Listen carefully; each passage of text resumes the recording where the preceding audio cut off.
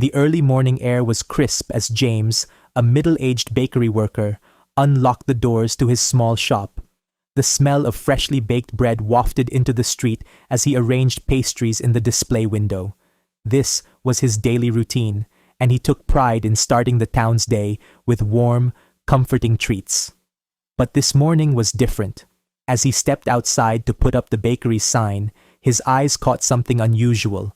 A group of 4 children huddled near the corner of the street, just a few steps away from the shop. Their clothes were tattered, and their faces were pale, a stark contrast to the cheery morning sun. James frowned, wiping his hands on his apron. "What are they doing here so early?" he muttered to himself. He watched them for a moment, noticing how they clung to one another, their eyes darting nervously as if afraid of being seen. Concerned, James approached cautiously. As he drew closer, he noticed something that made his heart sink. The youngest of the group, a girl who couldn't have been older than 5, was shivering violently, clutching a thin blanket that barely covered her. Another child, a boy who looked around 10, held an empty plastic bag in his hands, his knuckles white from gripping it so tightly. "Hey there," James called out gently, kneeling down to their level. "Are you okay? Where are your parents?" The children stiffened at his voice, their expressions a mix of fear and uncertainty. The oldest, a girl who appeared to be about 12, stepped forward protectively, shielding the younger ones with her arms. Her voice was barely above a whisper as she said, We don't have anyone." James felt a lump rise in his throat. "No one?" he asked, trying to keep his voice steady. The girl hesitated, her eyes welling up with tears. "We've been here all night. We're just trying to find something to eat." James's chest tightened. The sight of their gaunt faces and hollow eyes was too much to bear.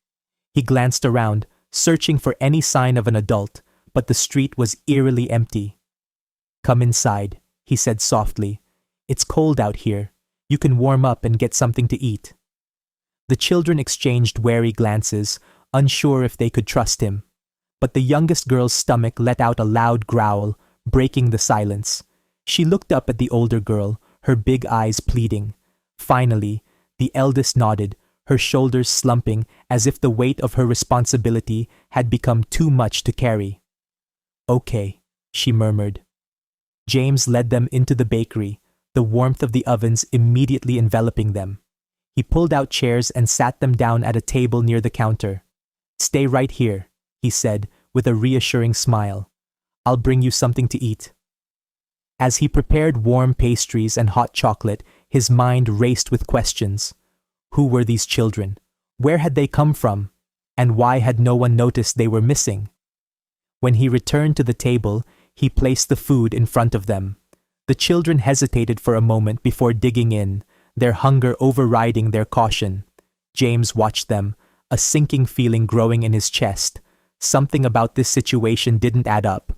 As the eldest girl finished her hot chocolate, she looked up at James and said something that sent a chill down his spine. "They're coming back for us," she whispered, "but we don't want to go."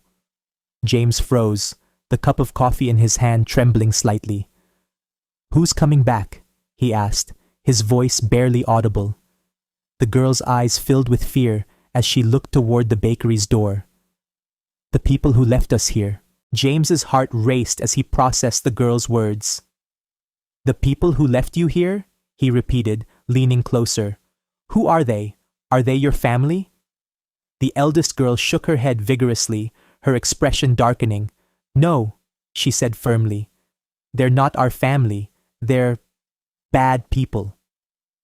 The other children shrank in their seats, their eyes darting to the windows as if expecting someone to burst in at any moment. James followed their gaze, his own anxiety growing. The early morning light filtered through the glass, casting long shadows across the quiet street. "Can you tell me what happened?" James asked gently, crouching next to the table. The girl hesitated, glancing at her siblings as if unsure how much to reveal. Finally, she spoke, her voice trembling. "They took us from different places. I don't even know where I'm from. I just remember a van. It was dark, and they said we had to do what they told us." James felt a cold shiver run down his spine. This was far worse than he had imagined. "Did you run away from them?" he asked, his voice low. The girl nodded.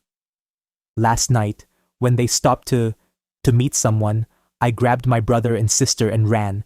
We hid behind a dumpster until they drove off. Then we came here because—" She trailed off, her eyes welling with tears. James reached out, placing a comforting hand on her shoulder. "You're safe now," he assured her. "No one's going to hurt you here." But even as he said the words, he couldn't shake the feeling of unease. If these people had gone to the trouble of taking the children, they wouldn't just let them go so easily. Just then, a faint noise outside caught his attention. James turned toward the door, his eyes narrowing. He could make out the sound of an engine idling in the distance. His chest tightened as a black van slowly rounded the corner, its tinted windows gleaming in the sunlight. The eldest girl gasped, clutching the youngest child protectively. "That's them," she whispered, her voice barely audible. "They found us." James's mind raced as he quickly assessed the situation. He couldn't let these children be taken back, but what could he do? He was just a baker, not a hero. "Stay here," he said firmly, his voice steady despite the fear gnawing at him. "Don't move and don't make a sound." The children nodded, their faces pale with terror. James hurried to the door and locked it, pulling down the blinds to obscure the view inside. He grabbed his phone from the counter and dialed the local police, his hands trembling as he explained the situation.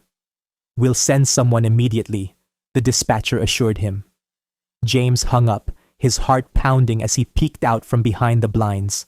The van had parked across the street, and two men had stepped out, scanning the area. They looked rough, their faces hardened and their movements deliberate. One of them pointed toward the bakery, and James's breath caught in his throat. They were coming. The men approached the bakery with heavy strides, their eyes scanning the windows and door as if trying to spot movement inside. James's pulse thundered in his ears. He glanced back at the children, huddled together behind the counter, their small faces pale with fear. He had to act. Taking a deep breath, James stepped toward the door and flipped the open sign to closed. He unlocked the door just enough to peek out, carefully concealing his fear. "Can I help you?" he asked, his voice steady despite the tremor in his hands. One of the men, tall and broad, with a scar running down his cheek, gave a tight-lipped smile. "We're looking for some kids," he said, his voice low and gravelly. "Heard they might have come this way." James raised an eyebrow, feigning ignorance. "Kids? Haven't seen any," he replied. "Just me and my bread this morning." The second man, smaller but no less intimidating, stepped closer, his eyes narrowing. "You sure about that?" "A witness saw them running this way last night. Little ones, probably scared out of their minds." James folded his arms, blocking the doorway as casually as he could. "This is a bakery, not a daycare," he said firmly. "If you're not here for bread, I suggest you move along." The taller man chuckled, but it was a humorless sound. "Look, buddy," he said, leaning in. "We don't have time for games. Just let us take a look around, and we'll be out of your hair." James's grip tightened on the edge of the door. He knew letting them inside wasn't an option. "Sorry," he said, his voice firm. "Store policy. No one comes in after hours. If you want, I can call the police, and they can help you look for these kids." The men exchanged a glance, their patience clearly wearing thin. The shorter one took a step forward, his hand brushing against his jacket pocket. "You don't want to make this harder than it needs to be," he said quietly, his tone threatening. James's heart raced, but he stood his ground. "And you don't want to mess with me," he shot back, his voice steady. "Because I've already called the cops. They'll be here any minute." The taller man's face darkened, and for a moment James thought he might force his way inside. But then the sound of distant sirens broke the tense silence, growing louder with each passing second. The men stiffened, their eyes darting toward the street. The taller one cursed under his breath. "Let's go," he barked, turning on his heel and striding back toward the van. The shorter man lingered for a moment, his gaze burning into James. This isn't over, he muttered before following his partner. James watched as the van sped away, its tires screeching against the pavement. Only when it disappeared around the corner did he let out the breath he'd been holding. He locked the door again and turned back to the children. They're gone, he said softly, his voice trembling with relief. The eldest girl looked up at him, her eyes brimming with tears. Thank you, she whispered. But James knew this wasn't the end. Those men would come back, and next time they might not scare so easily. James paced back and forth in the small bakery, his mind racing. The children were safe for now, but how long would that last? He knew the men wouldn't give up easily, and he had no way of knowing when they might return or if they'd come back with more force. His phone buzzed, interrupting his thoughts. It was the police. Mr. Richardson? The officer on the other end asked. We've got a unit on the way to your location. They'll be there in 5 minutes. Can you give us more details about what happened? James took a deep breath, trying to calm his nerves. I don't know much, he said. 2 men showed up, demanding to know about the kids who came in here this morning. They were insistent, aggressive. But when I threatened to call the police, they backed off. They left in a hurry. The officer paused. Sounds like we're dealing with something bigger than we thought. Stay put. We'll take care of the rest. James hung up and turned toward the children, who were still huddled together, their eyes wide with fear. He didn't know what to do next. The police were on their way, but what if they didn't get here in time? What if the men returned before help arrived? Without thinking, he moved to the back of the bakery, where the supply closet was kept. He grabbed the emergency phone and dialed a number he never thought he'd need to call. Hello? A voice answered on the other end. Please, I need your help, James said urgently. There are children here, 2 girls, 2 boys. They're in danger, and I think I know who's after them. I need you to make sure no one comes for them again. There was a brief silence before the voice on the other end spoke again. We'll be there in 30 minutes. Stay safe, and don't let anyone in. James hung up, his heart pounding in his chest. He didn't know who he had just called, but he knew one thing for sure. They weren't the police, and they weren't here to help in the same way. His eyes darted to the door again. The children were still watching him, their faces filled with gratitude, but also fear. He could see the weight of uncertainty in their eyes, and it tore at his heart. He knew he had to keep them safe at all costs. Moments later, the door opened with a soft jingle, and James froze. A police officer stepped inside, his uniform crisp and his expression stern. But there was something about him that made James uneasy. He couldn't quite put his finger on it. Mr. Richardson? The officer asked, his eyes scanning the room. Yes, James replied, trying to keep his voice steady. They left just a few minutes ago. 2 men, aggressive, asking about the children. The officer nodded, his face unreadable.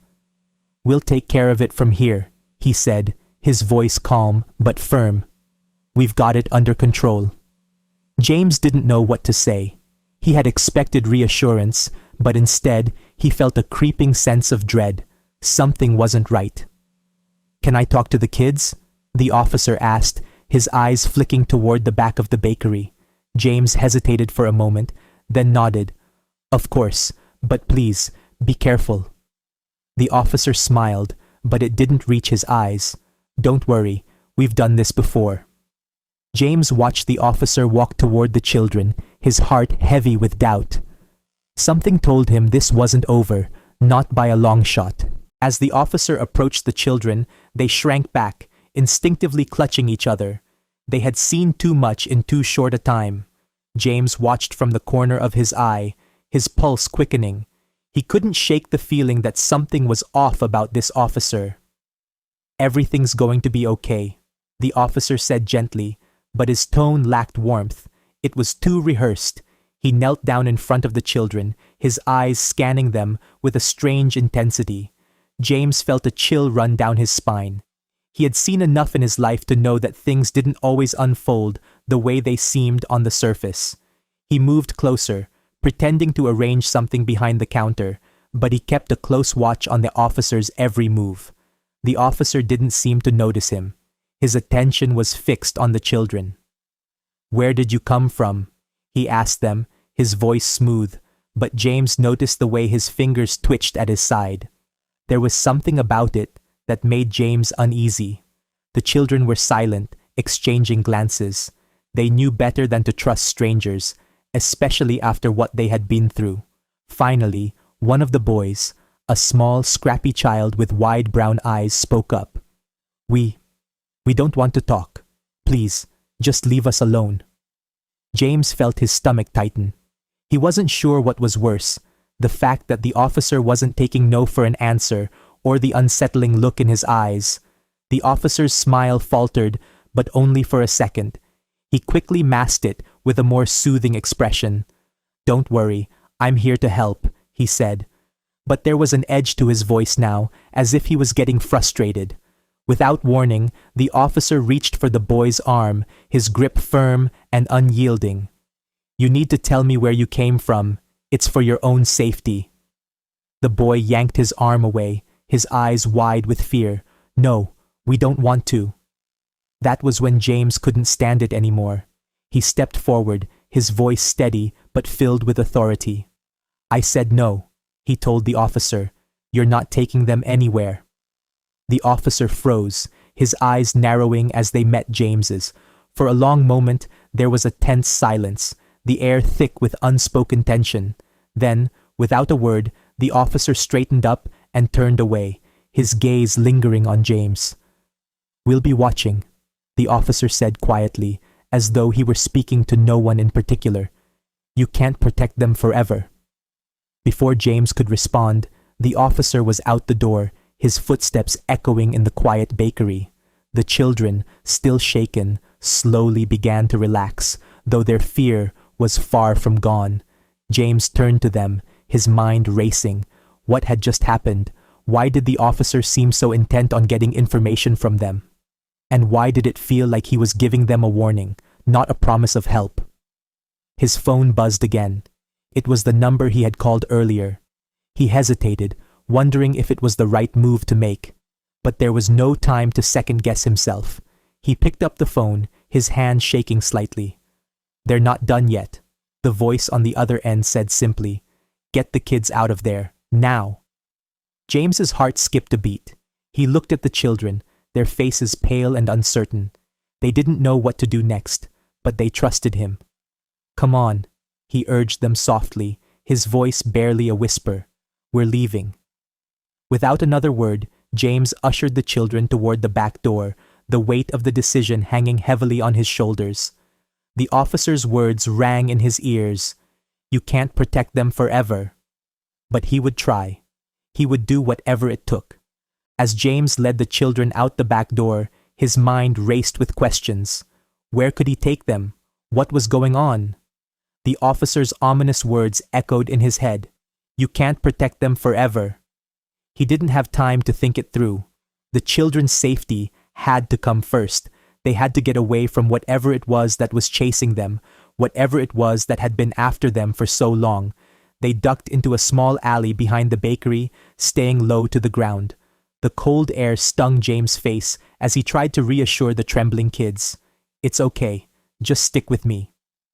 As they walked further into the alley, a car slowed to a stop beside them. James instinctively moved in front of the kids, shielding them from whoever was inside. But when the window rolled down, he was stunned to see a familiar face. It was Nina, a regular at the bakery. She had worked with him for years. He hadn't seen her in a while, but the look on her face told him this wasn't a coincidence. "James, I know what's going on. Get in the car," she said urgently. James hesitated. He wasn't sure what to trust anymore. But there was no time to argue. The officer could come back any minute. He quickly motioned for the kids to get in the car, and they piled into the back seat. Nina didn't say a word as she pulled out of the alley and drove through the winding streets, her eyes scanning the rearview mirror every few seconds. James sat in silence, his heart pounding in his chest. He couldn't shake the feeling that they weren't out of danger yet. "I know you've got questions," Nina finally spoke, her voice soft but filled with an underlying urgency. But we need to get to a safe place first. James nodded, gripping the edge of his seat. He wanted answers, needed them, but for now, all he could do was trust Nina. After what felt like an eternity, Nina finally turned onto a quiet street, pulling into a driveway behind a large, unmarked building. She parked the car and turned to James. "We're safe for now," she said, but there was no relief in her voice. "But things are bigger than you realize. The officer, the people after those kids, they're not just looking for them, they're looking for something else." James felt a chill wash over him. Something else? What did that mean? Who was after these kids? And why? And what did Nina know that she wasn't telling him? The children had been eerily quiet during the drive, their faces pale and exhausted. As Nina opened the door, they slowly climbed out of the car. James followed, trying to comfort them with his presence. They had been through enough. "We have to move fast," Nina said, glancing around. "There's a group watching, waiting. They'll know we're here soon." "What group?" James asked, his mind spinning with the sudden realization that they were involved in something far deeper than a simple police inquiry. "I don't have all the answers," Nina replied, her voice tense. "But I know they're tracking the kids for a reason. Something connected to their past, to their families. We have to figure it out before it's too late." James felt the weight of it all crashing down on him. He had been trying to protect these children, but the more he learned, the more complicated things became. The officer's warning, Nina's cryptic words, it was all connected, and the truth was slipping further and further out of reach. As they entered the building, James couldn't help but wonder what was going to happen next. Would they find answers? Or would they be running forever, trying to protect these children from a threat they didn't even fully understand? One thing was for sure, the stakes were higher than he had ever imagined, and there was no turning back now.